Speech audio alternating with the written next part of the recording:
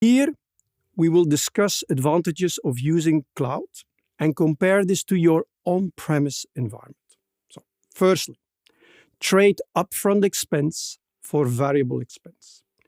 In an on-premises environment, you would need to purchase servers upfront, even before you can start using them. This requires you to have a third advantage. Stop guessing capacity. In an on-premises environment, you would need to make a decision upfront on how much resources you would need for the upcoming months. This involves a lot of guesswork, which may turn out to be inaccurate. You might over-provision, which leads to expensive resources that won't be used. Or you might under-provision, which means your applications might struggle with the low capacity that has been allocated. When using the cloud, you don't need to make these decisions upfront. You don't need to think about the long run, such as how much resources do I need in 3 or 6 months' time. You are able to provision the resources as and when you require by simply adding or removing them. Fourth advantage, increase speed and agility. Let's say your developer wants to develop a new application and take it to the market. In an on-premises environment, it could take weeks before you can provide the server to your developer to start working on the application. Because there are a lot of things that need to happen, such as purchasing the server, wait for it to arrive, setting it up, installing, patching the operating system, and then finally handing it over to your developer. In the cloud computing world, this can take place within a few clicks. Provisioning a server is just a matter of minutes. This makes it quicker to take your application to the market. And if the application didn't work out as expected, it is easy to fall back and just simply stop using the resource. Fifth advantage, stop spending money on running and maintaining data centers. Maintaining data centers includes a lot of administrative and maintenance tasks, like ensuring appropriate coding, racking, stacking, and powering the servers. We at AWS refer to this as the undifferentiated heavy lifting. What does that mean? Well, these are things that are common to any business and need to be done. However, they do not differentiate you from your competitors. Your product is what makes you stand out from your competitors. So instead of spending time and money on running these data centers, let AWS manage the physical infrastructure so that you can focus on more important things like your product and your customers. Last advantage, go global in minutes. Let's say you have customers on the other side of the world.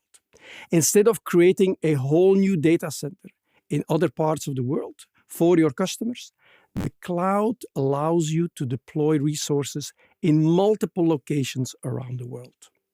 You can set this up in minutes.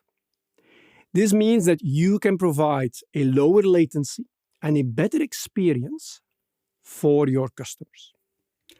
Even though we call it the AWS cloud, the services and the resources that we're going to be using are running in a data center on actual physical servers. And those data centers are positioned worldwide. Now, the basic building block of our global infrastructure is based on what we call a region. The region itself is not an actual physical thing. It is a collection of availability zones, or AZs. A typical region will have 3 availability zones within the region. We'll call them availability zone 1 or AZ1, AZ2, and AZ3. Well, this availability zone, it is, for all intents and purposes, a data center. It might consist of multiple physical buildings, but they will operate as one logical data center. They are interconnected between them with our own AWS network, which consists of optical fiber, high bandwidth, low latency network. Each availability zone has redundant power, networking connection, so they are redundant on their own. However, by putting them together, connected with our network, we can attain what we call high availability.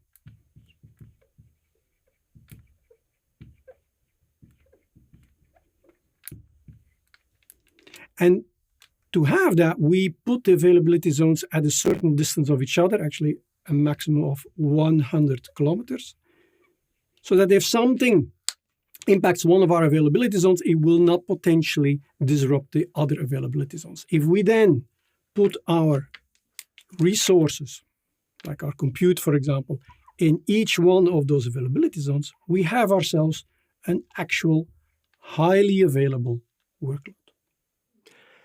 Now that we understand what a region is, how do we choose the right region? Generally, it comes down to 3 or 4 priorities. First priority is the data residency or compliance. If you have a regulatory or legal requirement that dictates where your data is kept, maybe it has to stay within the country it originated from, then you must choose the appropriate region. However, if this is not the case, then you have some flexibility to choose. Secondly, we want to locate a service as close to our customers who are going to use it as possible. This will help improve performance and give them a better experience. Third, comes down to service and feature availability. Not all services are available globally. So sometimes you must choose a region that actually contains the service that you want to use. And then lastly, cost. Different regions have different prices. Sometimes choosing a different region can help you reduce costs on your workload. Another important infrastructure element is the edge infrastructure. The various dots on the map display the edge locations that are spread around the world. These edge locations are used to serve cached content. Therefore, users are redirected to the edge location closest to them instead of going over multiple hops on the internet and retrieving data from the origin. This helps improve performance for your customers, increases security, and reduces cost. This is what we call a Content Delivery Network, or CDN. The service that provides a CDN at the edge location is called Amazon CloudFront. We also have additional services that operate at the edge, including AWS Outposts, Local Zones, and AWS Wavelength. Let's start with AWS Outposts. Outpost is a fully managed service that extends AWS infrastructure, AWS services, APIs, or application programming interfaces, and tools to virtually any data center, co-location space, or on-premises facility, providing a consistent hybrid experience. Local Zones is a relatively new type of AWS infrastructure deployment that places AWS compute, storage, databases, and other selected services closer to large cities, industries, or IT centers, where there is currently no AWS region.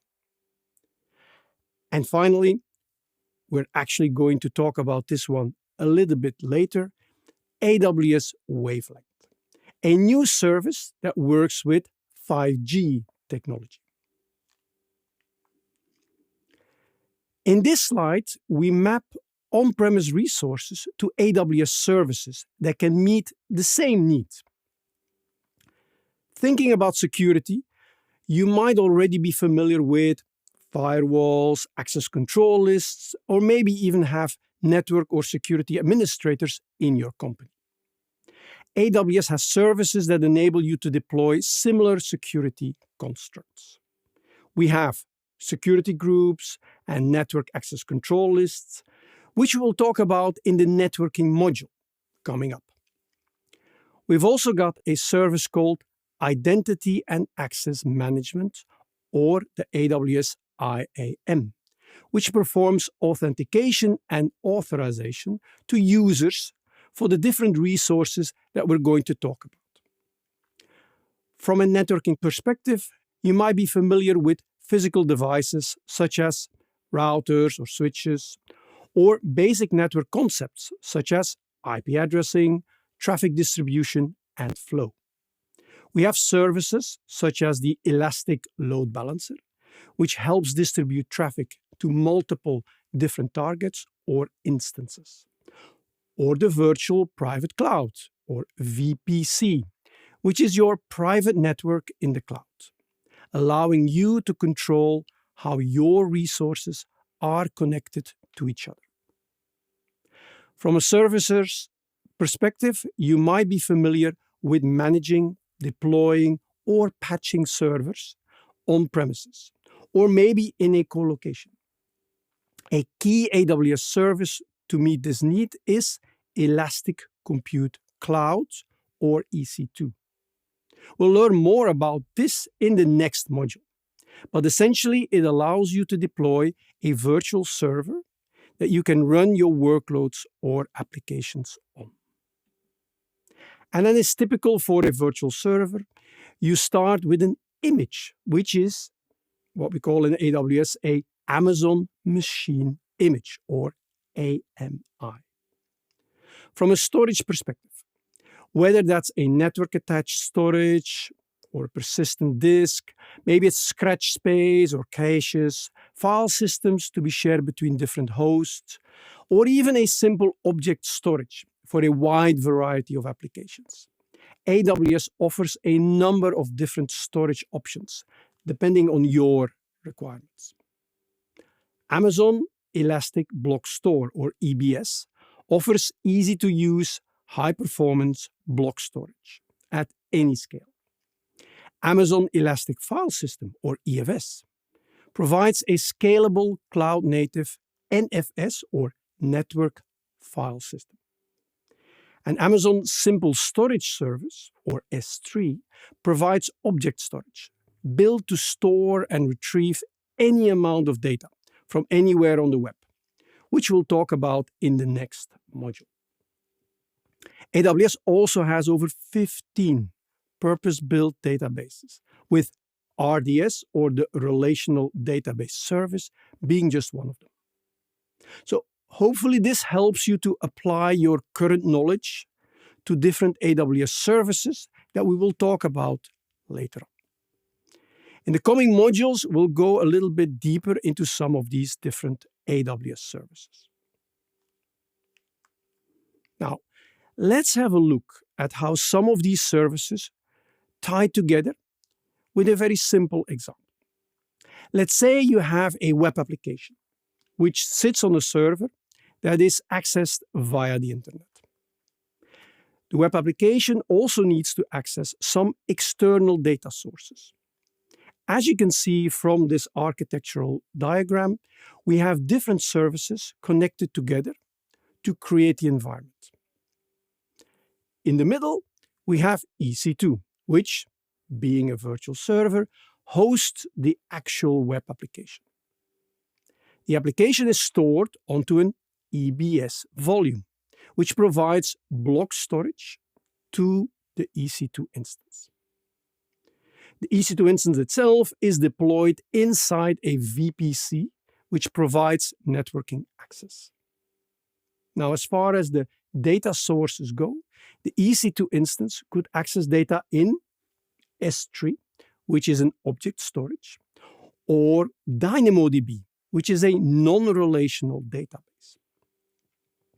External users can access this web application via Route 53, which provides DNS resolution. Extending our architecture, we could use the data in DynamoDB as a source for a machine learning model we have designed using SageMaker, which could use Lambda functions, which are serverless compute, for the actual functionality.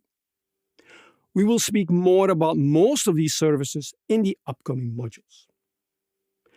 Keep in mind, this is a simple example, but you can see how by connecting different services together, you can come up with a huge variety of different solutions, depending on what your requirements are. I like to think of individual AWS services as Lego blocks. And you put these Lego blocks together to build innovative solutions to meet customer business needs. Something important to consider is that we have different deployment models and ideas for different cloud maturity levels. What if you work for a corporate enterprise that was set up prior to the cloud?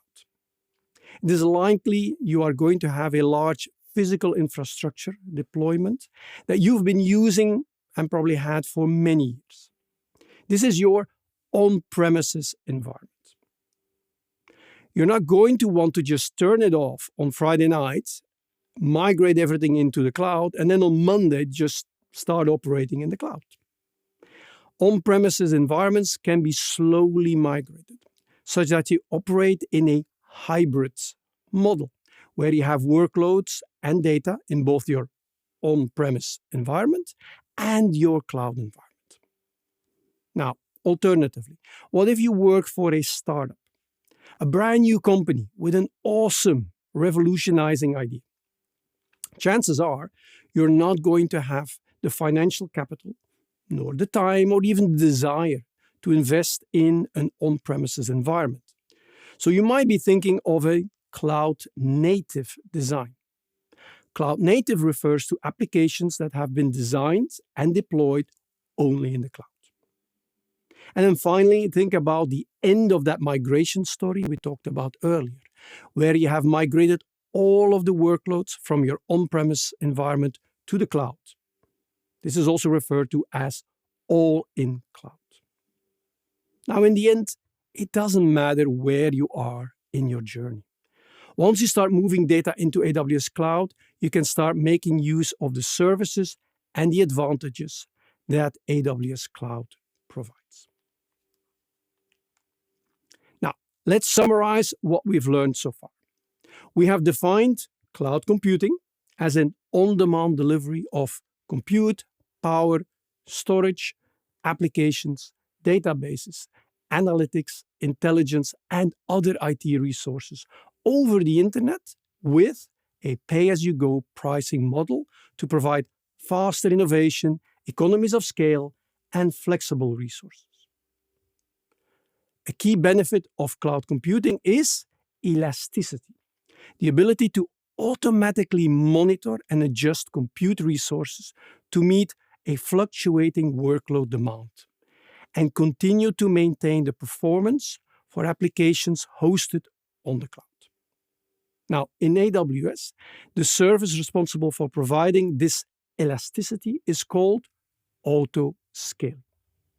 Auto-scaling ensures that a sufficient number of EC2 instances are available to run the application.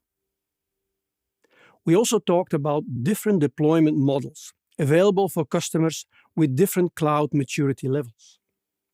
Public cloud is what we have discussed so far, where computing services are offered by a third-party cloud service provider, such as AWS, over the public internet for you to use and pay as you go.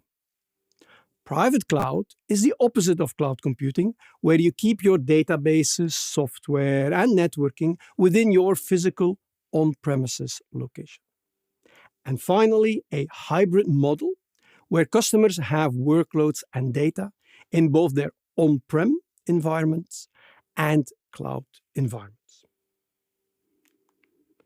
Now, before we move on, some additional common cloud terminology. Infrastructure as a service, sometimes abbreviated as an IaaS, contains the basic building blocks for cloud IT and typically provides access to networking, compute, and storage. Infrastructure as a service provides you with the highest level of flexibility and management control over your IT resources and is most similar to existing IT resources that many IT departments and developers are familiar with today. Platform as a Service, or PaaS, provides a complete development and deployment platform in the cloud. In this model, cloud vendors provide developers with the hardware and software environment required for building applications and services over the internet. This helps you to be more efficient, as you don't need to worry about purchasing resources, capacity planning, software maintenance, patching, or any of the other undifferentiated heavy lifting involved in running your application. Software as a Service, or SaaS, is a model in which the vendor delivers a completed product that is run and managed by the service provider so that the applications need not to be purchased, installed, or run on the user's system. Software as a Service users typically have to subscribe to the provider's software and access it using the vendor APIs or the web. Serverless computing is a fully managed platform that provides compute, storage, and network resources without the need for you to provision or manage underlying infrastructure. We'll talk more about serverless technologies in the upcoming modules. Big data, a tech term that has gained much momentum over, let's say, the last decade, which describes large volumes of data in a structured, semi-structured, and unstructured form that can be used for gaining valuable business insights using machine learning and advanced data analytics techniques. And of course, generative AI, or Gen AI. Generative AI is a very hot topic these days. It is a type of artificial intelligence that can create new content and ideas, including conversations, storage, images, etc. Generative AI is powered by machine learning models that are pre-trained on vast amounts of data. I hope you've enjoyed this session and found it interesting. We would love to hear what you thought about this session. Please take a minute to complete the survey. Your feedback is important to us and can really help us to shape and improve events and learn in the future. You can also reach out to us on the various social sites listed on the slide. And why not test your knowledge? Make sure you complete the knowledge check after the session to see how you're progressing. This brings us to the end of this module, but this is only the beginning. For our next module, we will introduce the foundational services of compute, storage, and databases on AWS. Thank you.